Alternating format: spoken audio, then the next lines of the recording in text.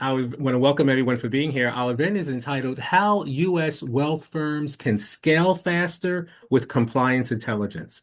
So, this is one of our events that's hosted by the FinTech Virtual Lunch. We are very happy also to have two presenters, Alicia Kenny and Jeff Harvey from Four Eyes Financial. And so before we get started, I'm going to turn attention over to Alicia and Jeff, who will provide an introduction of themselves, as well as Four Eyes Financial, and really whet the appetite of what we're going to learn today. Sure. Thanks, Wayne. Maybe Jeff, I'll let you go first.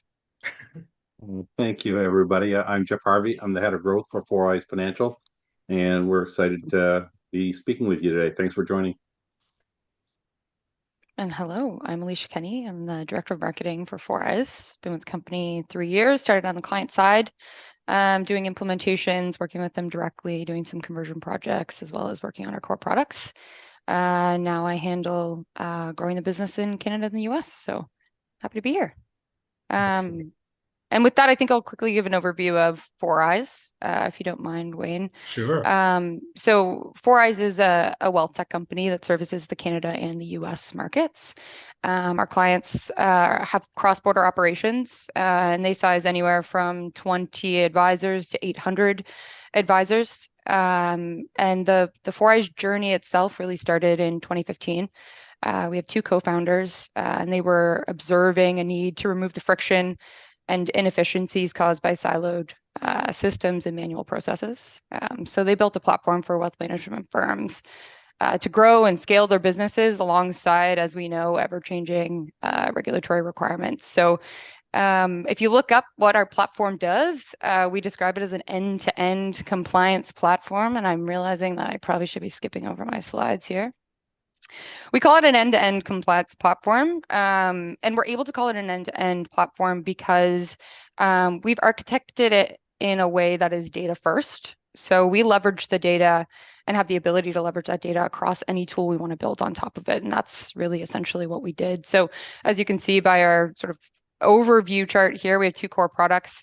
On one end, we have our supervisory functions, doing post-trade supervision, understanding suitability, all of those sorts of things to the front end with the advisor and client side of things, building out tools like our onboarding solution and our KYC survey engine with the clients themselves. And that's really grounded by our case management tool that sort of sits in between those two flows and connects the dots.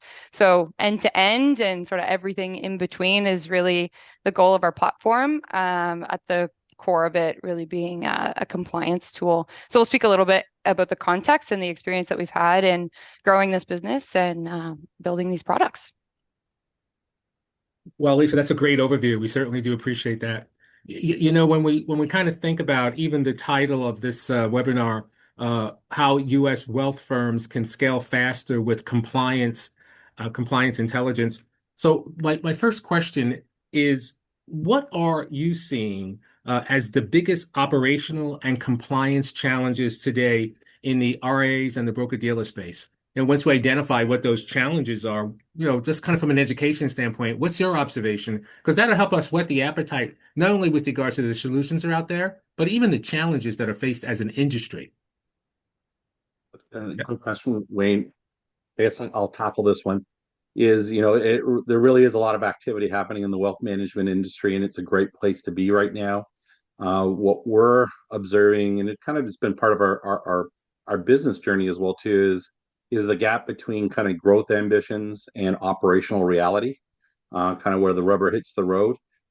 As firms are scaling, whether it's through organic growth or a lot of the M&A activity we're seeing in the RIA space, the old way of managing risk is hitting a breaking point. And when we talk with chief compliance officers, heads of risk, heads of businesses, we see kind of three recurring themes that seem to be coming up that are going to determine whether firms thrive or stall out. So what we've labeled this down, and really is the crux of our platform, is really where it's the intersection of how do you handle your data, how are you managing your processes, and more importantly, how do you support your people? So on the data front, one of the biggest hurdles we've had with our customers, and as we've been growing our business, is not lack of talent. It's been about fragmented data. And it's really kind of the history of kind of wealth management firms is they built tech stacks often in silos, which have created massive data taxes. So every time you want to implement a new solution, it challenges those implementations as well as the ability to move data across the organization. We saw this with our very first client. It was a 100 advisor broker dealer. They had a goal to quintuple their business, but their KYC data, their books or record data, were living in different worlds. They were stuck because they didn't have the fuel, which is really the data to drive their digital workflows and their aspirations. And so one of the things was centralizing their data and creating a data lake was critical. But we just didn't organize their data. We created the fuel to automate their compliance processes. And that was, as Alicia was talking up front, is really our where we see ourselves as a core compliance supervision solution with integrated capabilities. And our first solution was really wrapped around that supervision sleeve of a product we call Risk7. Because of that foundation, this firm grew to 400 advisors in 4 years, and they didn't see their compliance costs spiraling out of control at the same time. So that efficiency was a huge part of the value proposition for this organization, which was eventually acquired by an organization called Corient. And so, that was one of the key areas that we focused on with our clients right away was data. The second thing is really the spreadsheet trap. There's kind of a persistent myth out there that manual processes are a small firm issue, but in reality, spreadsheets are still alive in some of the biggest organizations in the world. We recently engaged with a bank-owned wealth management firm with 6,000 advisors that was still running their supervision program off of spreadsheets and pivot tables. So as a CCO, that really, or a head of risk, that puts you in a possible position. So how do you stand in front of a regulator and confidently prove that every supervisor across your massive network is hitting their daily and monthly requirements, like that standardization?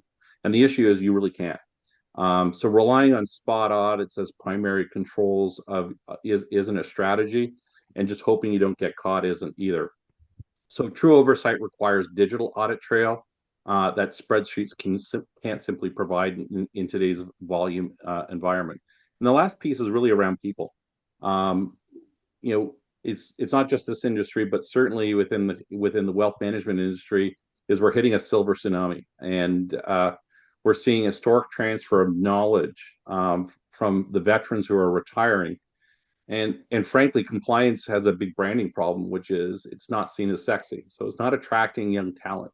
So if we want to attract next generation of talent, we have to realize they are digital natives. The bank that I referenced earlier with 6,000 advisors, they're finding it hard to ask 25-year-olds and retain 25-year-olds who are going to spend their day running manual files, pivot tables, and working on spreadsheets.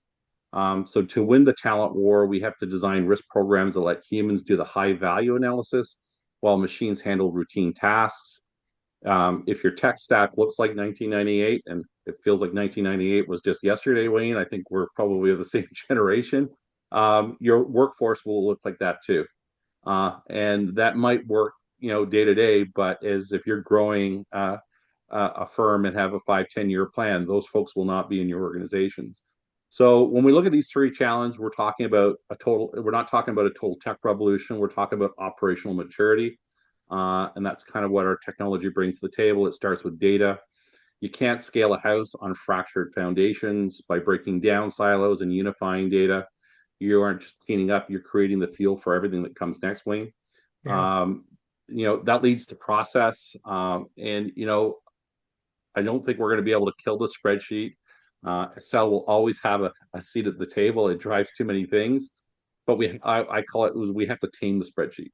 And for a firm with 6,000 advisors, or call it 200 advisors, using spreadsheets and manual processes as your primary system of record for supervision is a massive bridge to nowhere. We need to move the heavy lifting, the daily, the repeatable oversight into automated systems so that spreadsheets can go beyond being the tool for spreadsheets don't have to be the tool for insights, and not a crunch for control. So finally, how we solve this from a human element is we're in the middle of a massive generational handoff in compliance. And if we want to attract digital natives to fill the gaps left by veterans, we have to give them a modern toolkit. And so firms really should be thinking about the tools what this next gen will be using across whether it's compliance or any part of the wealth spectrum, or I guess any industry. Asking talented talent to do the old data shuffle between disconnected systems all day is definitely a recipe for turnover. So, I guess our message here is when you unify your data, tame your management processes, and you don't just reduce risk, you create a firm where the next gen actually wants to work and build their careers, and that makes a firm scalable, makes it more resilient, and ultimately, I would say, in this environment, a very attractive partner from an M&A perspective. So there's lots of different angles to look at this, whether you're continuing to grow a legacy firm or exit. Process and people is going to be part of your evaluation and your ability to grow. Yeah. No, that provides a great perspective with regards to what you are seeing as not only just as a risk, but also an opportunity, specifically in the RAI and broker-dealer space. But, it's interesting as you kind of talk about this platform, there's so many other places, obviously, as other industries where that the same situation could encounter. I really kind of see from what you're saying is that this industry is ripe for innovation. As you know, manual processes may always be around for a period of time, but the reduction of manual processes to accelerate automation is necessary. And we see some of the things that you've mentioned kind of target that and isolate that as well. One of the aspects that I did not mention at the outset is that some throughout this discussion with Alicia and Jeff, you may have questions, right? And we want to make this interactive as well. So, just make use of chat. I'm going to be referencing and looking at the chat. So if there's a question that you have, raise it. I'll interject it into the questions that I have. At the most important aspect, we want to make this conversation not only relevant, but we also want to make it meaningful to you as well. So just keep aware of that. I missed making that at the outset, so I wanted to make sure that we got that covered. Here's another question. Oh, here's one. We'll take this before we move on. One person asks, how do you deal with change management in organizations that use spreadsheets? Good question. I mean, one of the things that I think it's important to leading change is why are you leading change? If I think from a M&A perspective, it's about the firms, they're not buying your AOM, they're buying your business and buying processes. And so is it repeatable? If it takes you forever to organize your data in an acquisition process, that's signaling you have operational risk. I think, from a transition perspective, you've got senior people going out the door. If you don't start codifying institutional knowledge, Wayne, Yeah. that's learned often at the desk level, that can be lost in translation. And certainly that's one of the things that we've been focused on with our clients is to translate what I would call the 25 years of knowledge that I just know into data insights that can be repeatable through automation. And then leave the exceptions to the users to do the deep research and action items. So the institutional memory code, I think it's going to be important for people to capture that, and it's a real need for that change. We were recently in a another large institution, and you could see the difference between the leadership team. You had younger people who got excited about what applications could do, and then what I would call the old curmudgeons is they're like, well, why would you want to do that? We've always done it this way. So I mean, I think this from a leading change perspective, you got to get the organization kind of understanding why the path forward, and then certainly from an intergenerational change, it's an imperative, particularly for big organizations, but even for smaller organizations to attract and retain talent. They're going to need to do this as a strategic imperative. Very interesting. Thank you. Here's another question. When you're thinking about workforce and thinking about technology, when you're looking at innovation, here's another question from our audience. Curious how the panelists feel about the possibility of AI and its ability to impact compliance, use cases, etc. Nice question. Well, Alicia can run with that one, but this is I know. Do you want to start or do you want me to start, Jeff? there was the softball, right? I'll kick it off, but I'm gonna let Alicia run with it. Is AI is a very sexy topic right now. but there's some fundamental underlying foundational areas that the clients that we work with and the prospects we work with are still not quite ready to take advantage of it. And it goes to that discussion I was having about data, Wayne, is data is the fuel for AI. And one of the things that our application does is structure and cleanses that allows you to take advantage of various use cases. So I'll pass it off to Alicia to talk about where we're seeing use cases Mhm. and how we can do that in a secure way with the data sitting in your environment and not out in the public. So Perfect. Thank you. Yeah. Yeah, and I think from maybe kicking it off with the from the data side, and then I actually want to touch on the change management side a little bit as well. But yeah, from the data side of things, obviously we're dealing in an industry where there's a lot of PI. So we need to make sure that these infrastructures that we're building as a foundation of any AI tool, whether it be bespoke or plugging into an existing platform, like agentic AI tool that you can implement.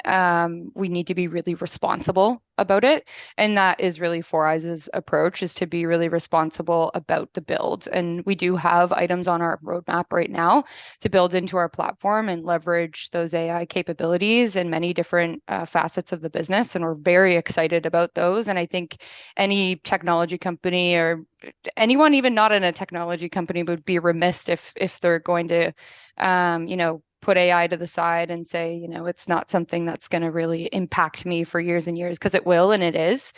But right now we're really seeing immediate application on sort of the front end side of things and automation in our day-to-day business and operations as opposed to the compliance side. So I think any recommendation I would say on the AI side outside of the compliance and the importance that it is to make sure you're doing that side of it right is to just start. And that brings me to the change management side of things. We're working with a lot of clients that are, like Jeff said, still functioning in spreadsheets. So that is a extreme change to go from spreadsheets to AI. And I think there's a lot of intelligent and amazing tools that are in between that. So I think that's also a critical factor is to manage the change around it. And it also is still very expensive. And yeah, I think it's great. We're excited about it. And I'll finish off with one quote I heard recently at a conference, and it said that um, people won't be replaced by AI, but those not using AI will be replaced. And I love that quote. I think it just really hits home. So I'll finish with I'll Yeah. steal that quote from whoever. I'm not citing the right person, but I heard it and I thought it was fantastic. No, yeah. Thank you for your response. There's another response from the audience. AI does not work without well organized data. And one of the things that Jeff, that you've mentioned is the importance of data, with regards to the impact of data on M&A valuation, just impact of data in general. Any thoughts with regards to the whole connection between data managed well and AI? Obviously, that's a valid point that Russell is mentioning. Any yeah, observation before, any thoughts on that? we did something last year that was only sexy to data people. So we ingest a lot of market data from books and records, and books and records you would assume for the wealth management industry would be well structured and organized, but surprisingly, there's a lot of nuances to that. And so we also ingest a lot of external third-party data feeds, and we built a universal security master to be able to manage our core platform, and use to kind of identify securities and match them with risk profiles, but also for us to be able to drive our risk ratings off of. And so our first AI project was really around structuring and cleaning up and matching our security master so that we were able to move from about an 85-90% matching to a 99% matching. So to an advisor, that doesn't necessarily seem sexy. Maybe to a user in compliance, the application to them means we get fewer false positives. To data people, they get really excited. But that was really around getting the core of the platform correct. Use cases going forward that our team's working on, and I saw a message there about the tools we're using. The tools I use are very basic. I'm a Gemini user, and I'm in the front office, so I can't speak to exactly the technical tools that we're using. We are an Amazon shop and lifting much of what Jeff Bezos' team is building from an AI tool perspective. but we're looking at ability for compliance supervisors to query the database more through a chat function around common queries outside of the general reporting and alerts that we do, so that, in the day-to-day life of the business, there's sometimes queries that you need to do on the business, and can you do that on the fly versus having to go in and generate a report that might take a little bit longer. So we're looking at opportunities to remove time out of the supervisor's day by building a chat-like function that sits above the compliance solution, and it teach the system the compliance rules, but also how the firm typically responds to different alerts and functions to drive those insights. So that's where we're starting to play this year. Okay. No, and thank you for also incorporating that comment with regards to the AI tools that was raised. Here's another question that was raised by our audience. With both of you being immersed in compliance, right? Obviously, we've talked about that through our discussion. How do you feel about the onset of blockchains and decentralized infrastructure? I don't have an answer to that, Wayne. I'm not an expert on that. Yeah. Okay. So we haven't been doing compliance in the crypto or DeFi space per se. So I don't have an opinion on that for our business, but it'll be interesting to see how that plays out. Certainly with stable coins and everything else that's going on in that environment. So.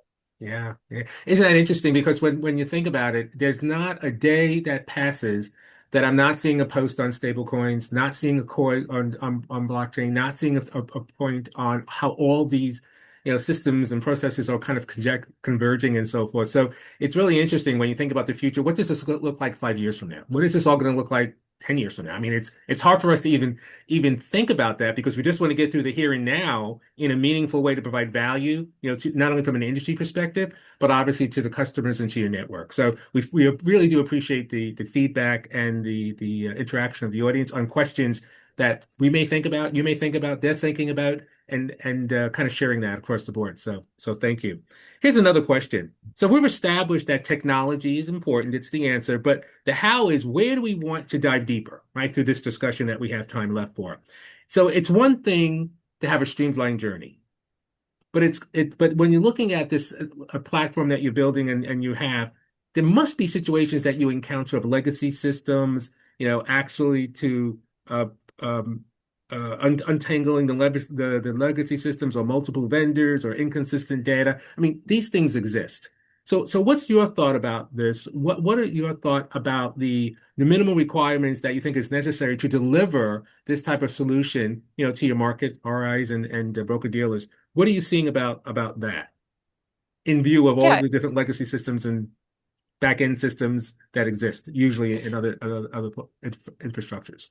Yeah, I can tackle this one. And I think there's sort of two areas to look at it. It's either you are functioning in spreadsheets and you're sort of building net new and selecting a new vendor to come in, or you're trying to untangle the existing and maybe replace it with something a little bit more consolidated like our platform. But I think you kind of hit on the first part of that, Wayne, that we need to calibrate on before answering, where are the opportunities for success, is that it is very much a journey. It's not something that you sort of sit back and say, I want a new technology provider. I want a new system to replace this. Let's, find someone great and let's get it in place. There's a lot of different opportunities to fail, and then there's a lot of different opportunities within that process for success. And I've had the pleasure of working with many a client, so I've seen quite a bit on this front. So I'll actually switch over because I have a slide that summarizes, hopefully, what I want to talk about here. So really, ultimately, I think some of the things that I'll mention are about delivering real results. And I will beat a dead horse here. We have to talk about data. And I think we did talk about it in some of the questions already because, if, and even with regards to AI to, even an intelligent platform or any sort of compliance tool, if you put crap data in, you're not going to magically make lemonade. It's just not how it works. So you really need to make sure that your data is in a strong place. You need to make sure it's clean, but also accessible. So depending on where you're housing your data today, can you actually, does it have APIs in place to be able to share that with a compliance tool? Or have they integrated previously with some of your other data providers to be able to intake all of those data sources? So whether that be your client data from your CRM, your holdings from a custodian, feeds from your own data warehouse, or third-party data providers that you're intaking as well for fun fact sheets, things like that. So there's lots to consider on the data front because a compliance system is really acting like the router for all of that. Our platform, for example, also intakes data, but a strong compliance platform is really going to have the ability to intake everything, integrate well with some of your existing systems, and be able to aggregate that data so that it remains clean and it remains consistent, because that's where the quality is going to be. And if we start to get into maybe some specifics, examples of where this can fall short is if we think about KYC information, we're talking to a lot of firms right now that are housing some of their KYC updates in their CRM. And their CRM inputs for that might be very manual. They might have, an office staff member that does it on a monthly basis. And if a platform like ourselves tries to plug into that, of course, we can get the data from it. That's typically a relatively easy piece. But if the data is out of date or has manual errors in it because it was inputted incorrectly, and we start firing off alerts, supervisory alerts on top of that KYC because there might be activity on that account, and the KYC is out of date, so we trigger an alert associated to that. Then you start to get all these false positives for the supervisor. The supervisor, gets more tasks than they need to. They're spending more time than they need to on these activities. And then they're reaching out to the advisor. The advisor also is spending more time on this than they need to as well, because they're addressing things that they've already updated or already looked into. So you can see where the process and the flow of data really starts to, it's 3 steps removed from its initial intake and its initial workflow, but it really starts to break down down the line within these tools. So I'll cover off data there, and then I'll move on to the next one. So auditing your business. This is really about determining where your pain points are in your workflows. This is generally a pretty easy thing for people to do. It's easy to point out the negatives, and typically there's a lot of people that don't have any issue voicing opinions about, where the processes are falling short. But where we start to see some of the opportunities for success for firms going through these processes is starting with their policies, and really making sure their policies are in a strong place, because that is where you're going to tie your compliance tool to. So if your processes are bad, your policies aren't clear, how can a platform really come in and be able to read those properly to then set up a platform to automate some of your workflows? So you really want to do an internal audit to make sure that sort of that rule book that you have on your policy side is really connected to your tool book. Because as a technology provider, it's the first thing we're going to ask you for. And any vendor will ask you for is, can I see your policies? Because we need to map to that. And that importance is based on the fact that it's probably going to be the first thing an auditor asks for as well, because they want to see, okay, how are you monitoring? How are you overseeing your business? And then can you show me how your functions and your tools are matching up to that? So extremely important. So important that we actually, and I think one of our co-founders is on, but our CTO actually, with one of our very first clients, we had someone that didn't really have strong policies in place, and it was so important that he wrote them for them, so that we had something to build off of. So we have a really wonderful, very talented CTO that is able to do that, but that just kind of shows the importance of it. But also on the flip side, like auditing your tech partner as well, they really need to have a strong understanding of not only the regs like our CTO does, but also an understanding of your business to be able to bridge that gap between the policies that you've set and translating that written policy to the technical configuration and code to the tool, because there's no expectation that you would ever be able to have that capability in-house. Most don't. So for example, if you are a growth mode firm where you have a ton of advisors coming in and transitioning over their books, and those assets might transfer over, a month or two. We don't want to be triggering alerts during those transfers on a book that isn't complete. So we would set a deferral of, say, we would set, 60 days for you to say, okay, we're not going to look at any of these alerts for the next 60 days because we know that book is in transition and that account won't necessarily be offside or anything to address from a supervisor perspective. So we would have the foresight through the requirements gathering and understanding your business to put that in place at the forefront instead of finding that out way later that that's a problem and the supervisors are receiving too many alerts. So yeah, find a good partner that can bridge that gap for you. Avoiding this is a passionate one for me, the next one, configuration over customization, because it's definitely a buzzword when you talk to clients. Everyone wants custom. Everyone wants something bespoke and specific to their business. And yes, every business is a little bit different. But custom is very expensive in the tech world, and it's very difficult and nearly impossible to upgrade and maintain. It's also very difficult to scale because of those things. So it does become very challenging, but you might say, we're overseen by SEC, we have principle-based rules. We need to be a little bit different. That is considered configuration. So we've built the platform in such a way that you can configure all of those things. Our general code base is the same. So if we're putting out things like UX improvements or we're speeding up screens or anything of that nature, we have the ability to push that out. So you benefit from all of that same code base and all of those roadmap items that don't cost anything for you, just general sort of maintenance and upgrades that a platform would do, whilst maintaining your configuration layer on top of that. So we always push people towards configuration over customization because of all of those benefits. It's interesting. I think I don't know if you have more that you wanted to share about, but I was thinking as you kind of go through this, when you think of the platform, obviously the direction and the focus is on the RAs, wealth management, broker dealers, but there's so many parallels or correlations to think about some of the same aspects, regardless of industry or vertical, but a system needs to have this. And so I'm thinking about the audience and thinking about those that may be on from this industry, from the broker-dealer industry or other industries, kind of thinking about when you're looking at a platform, what do you want those attributes to be at a minimal, and making sure that you're satisfying that. You provide to this discussion a lot of tools to just think about, right? Just to be aware of what kind of discussions should we have, for example, with partners, with vendors, and what does that look like? And helping us to be more educated around that. So thank you for that.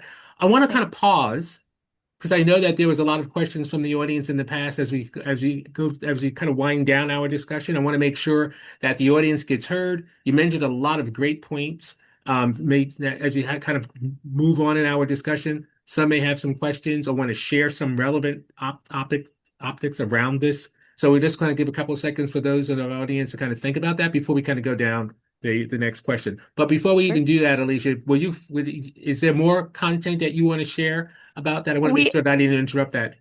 I had a couple extra points to hit on here, but we Please. actually kind of talked about them from a change management perspective already, which is fantastic. I think we know the importance of change management within the organization. It's in particular something that we see organizations falter on, to be honest. And it's one area in particular that for a technology company, it is difficult for us to help support. Of course, we have user guides. Of course, we have training materials. Of course, we can provide live support, but we can't be exactly inside your business, sending the emails and sending the communication to the right people. But I think our recommendation and what we would share today is that, bring some of those users along for the ride. Don't just, bring the executives into the room to buy the product and then they hand it off to someone that's actually using the product, and then they find all these additional requirements that then delays the timeline because they should have just been brought in from the forefront. So some of those change management fundamentals are definitely reign true and continue to be important. But I think I'll just close off there with just saying, complexity in this process is inevitable. It will happen. So you want to start that process with the right people internally, the right team, and externally, the right partner. And you'll be able to navigate all of those decisions and timelines and milestones as a unit. Excellent, excellent. So we talked a little bit about that, about the platform. Beyond just having a platform, where in the advisor's activities and the supervisor's oversight duties do we see the most successful use of technology? And where do these two roles intersect in the digital environment to really to create shared efficiencies, right? Because that's what we want with an application, with a platform. We want to improve efficiencies as well. And we talked a little bit about some of the barriers to that with manual processes. So where do you see that? Rather than just kind of checking boxes, just in isolation. So we kind of look at this as a communication tool, but also that an advisor is able to function and do their duties as a result of this. So where do you kind of see this in a very practical way? Good question, Wayne. I think one of the big reasons wealth projects fail is there's very often, this is particularly happens in very big organization, is there's very clever strategy people who can build business cases off of theories, but sometimes miss the step of what really happens in the field and happens in the business. And those projects often consume a lot of money and often fail and don't have the adoption rate by your key stakeholders. And when you're in the wealth management space, whether you're running an RIA or broker dealer, your customer is your brokers, is your advisors, and they need to be part of that design thinking as you're thinking through these programs. And so, one of the things that we heard from advisors when we first built Risk7, which is our compliance supervision solution, is advisors were complaining about getting inundated with alerts throughout the day. In fact, one advisor said, "Stop pinging me. I'm trying to work with my customers." And so in the design process of how we thought about how that interaction should look like is the dealer or the RA compliance team has an obligation. But how can they use that, that supervision process? Can it be redesigned so that it engages advisors with less interruptions? And so call it the concept of aggregating all your alerts for a client and delivering them to the advisor at once, or taking them in context before delivering them into the advisor, streamlines that whole experience. So instead of getting six notes on a client or a client household through the day because it takes a while for the supervisor to get through their work, is we automate all that, collect all of them, aggregate them by the client relationship, and deliver them to the advisor in a holistic manner. So it doesn't remove them from their obligation, but it doesn't ping them throughout the day. They get them all delivered at once and in context. The case management system, so the bundling was a big win by listening to the advisors versus the traditional systems that firms are using. When we think about the KYC journey, very similar as well too. So we have dashboards for head office to look at, accounts that are coming due and past due, but we provide that same dashboard to advisors, so they're looking at the same information.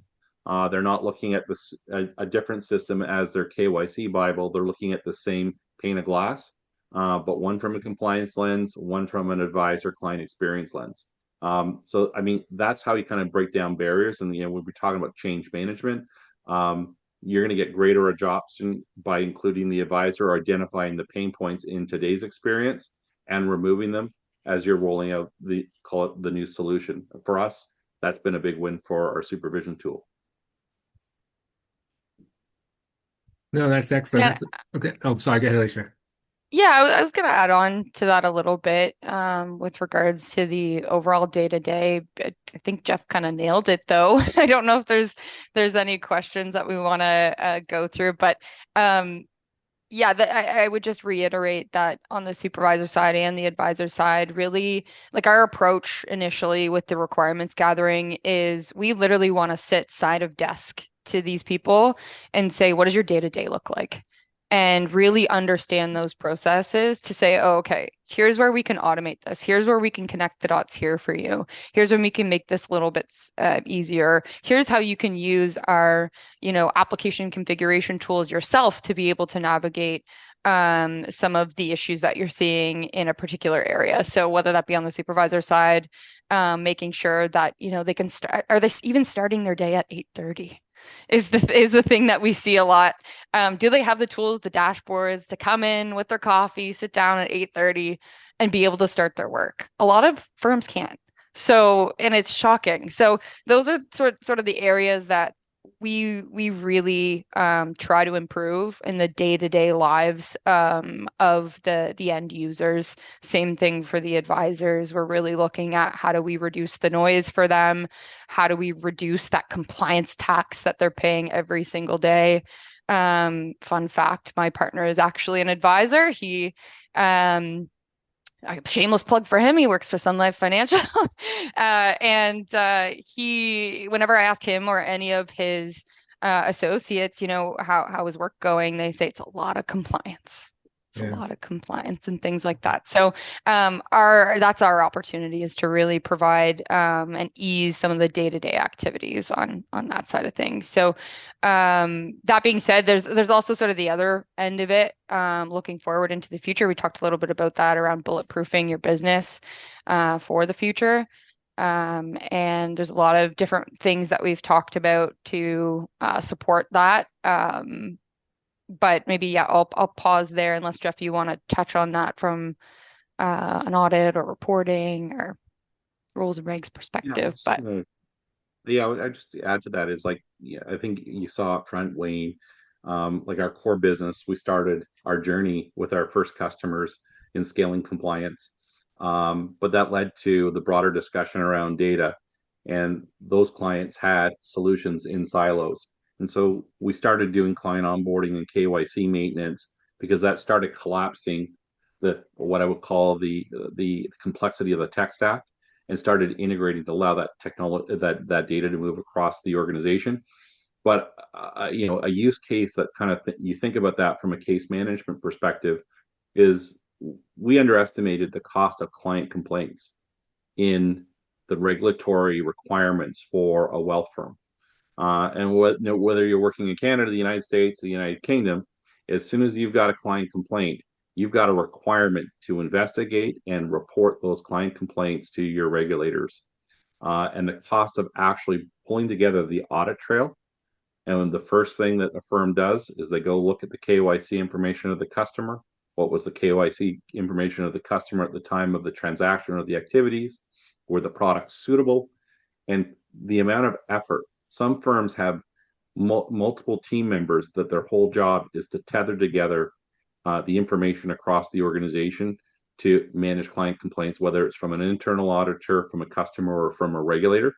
And so by consolidating, call it that tech flow, we've been able to wrap that all through our case management system so you can easily pull that audit trail together. And Yeah. that's like taking an activity that can take days into minutes. And when you put that across an organization that, say, has 500 advisors or 1,000 advisors, you're now talking savings hundreds, if not millions of dollars a year, Wow. because you've got your audit trail all bulleted together from the beginning of the journey to the post transaction supervision side of it. No. And it's interesting. The details kind of relay the efficiencies involved in an application, right? That you're sharing, right? So you could become more efficient. Alicia, a soundbite that you've mentioned with regards to compliance. I work with banks, and one of the biggest challenges that banks are dealing with, especially on the product management side, is forget building the product. They need to make sure they maintain their compliance. So that is a real definite situation that many people that even at this event are dealing with as part of their work life.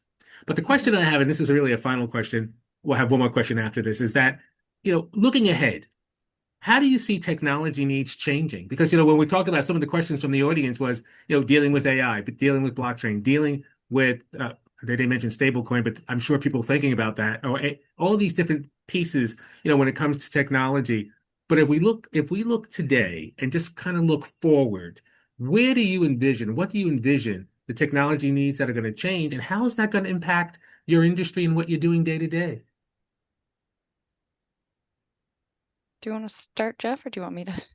Well, I'm gonna like. There's a lot of consolidation happening Yes. in our industry, like whether it's in Canada, the U.S., UK, other markets.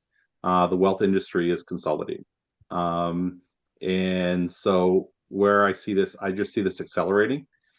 And I kind of talk to whether you, if you're an owner of a firm and you want to maximize your valuation, if you're an advisor and you want your book to get a maximum valuation, like the data will be the core of this, and the tools and the systems that you select across your platform that allow you to have visibility into your business. That's where I kind of see things going. So when I've been on this journey with Four Eyes for 6, 7 years. First time we were meeting with call it business leaders, is they would, they had their business consolidated into 25 items or 20 items of different solutions solving different things. um, Everybody wants a single end-to-end solution, but the reality is no one's solved for that. But what I think we have solved for is 4 or 5 of those processes to simplify our firm's tech stacks. And what I see accelerating is more and more organizations uh, consolidating their tech stack to a handful of what I've called best in class for 4 or 5 functions, and then getting them to network with each other. And we're starting to even see that happening in the vendor ecosystem, that we're already independently going, okay, you're strong in the whole proposal side of things. You're strong in financial planning. How do we connect those 3 layers together so that when a firm, it simplifies the process for firms to even select vendors, because there's already an ecosystem that's working together. So I kind of see independent ecosystems coming together, but also firms wanting their ecosystems to become less complex. And so I think there's going to be fewer providers that will provide 3 or 4 or 5 of the capabilities for a firm. So now you've simplified from, call it 20 to 6 to 5, maybe in the next 5 years. That's a prediction. Maybe it takes 10 years, but I'll put that out there. Alicia. You take that to the bank. I was just gonna say, I'm a betting woman, and I would bet on Jeff on his predictions and his experience. No, this is fascinating. As a final question, and this has been a really good conversation. From an education standpoint, there's pieces that you shared that I've learned from. And what's interesting, myself, and I'm sure others that attended this event, kind of see other parallels in their own day to day where this is an application specifically that they can relate to as well. We want to give the audience a final opportunity to come up with any questions to share before we ask you a final round of questions. So what is the one piece, 1 point soundbite, one piece of information that you would like to share to the audience and to the industry, something that you feel strongly about, where you think that whether you think where the industry is heading, what you think what you're doing from a day to day, just that one kind of shiny object in conclusion that you want to leave in the minds of those that are on this call. I maybe I'll start, Jeff, but I would say this is not a question of whether you should. This is mandatory. You need to have compliance technology integrated. That's not a sell. That is just a fact in the industry. You absolutely need it in order to grow and in order to keep up. Like we said, we talked about AI. There's a lot of people still living in spreadsheets. Yeah, this is not a question. We're not trying to convince you. This is an absolute need. So that's what I would say. I want to chime in on that because by speaking to, a lot of product and payments people in my career, it's the unfortunate aspect that compliance becomes an afterthought. And it really, you need to lead in with it. It needs to be before than after, and that's going to save a lot of time, money, pain, and tears. So thank you, Alicia, for sharing that. Jeff, what's your one shiny object that you want to share? One of the similar twist to that is I think the goal is really, if you build a better compliance program and your risk operation frameworks with call it proper technology, it's going to accelerate your business. It's not going to hinder your business. I think based on the profile of the attendees, they've been around a while. Is you know what a regulatory issue can cause to your business and cause you to stop in your path. And so under investing in that and having the technology to support your business will only accelerate growth.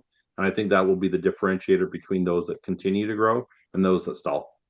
Excellent, excellent. So we really thank you. Thank you very much for this informative session, one of education consistency. I like the fact that you shared some use cases, some case studies, and observations as well. So we thank you. By the way, Alicia and Jeff, please put your email in chat. And you know what? If anybody wants to kind of stay over a little bit, we can open up a breakout room if you would like to stay. Maybe you may have some specific questions that you want to speak to Jeff and Alicia about. Maybe you were hesitant to type it into chat. They're going to be on for about a couple of minutes more, and if you would like to be around, uh, we can go into a breakout room and have some type of additional discussion till the top of the hour. If you would like to, just to stay on and we could move you into a breakout room. If not, please feel free to reach out to Jeff and to Alicia in the future. Any questions that you may want to share with them, any thoughts or observations, they're open to it. And we should also thank you for the information that you shared with us as well. Awesome. Yeah, please reach out. Thank you, Wayne. Thank you.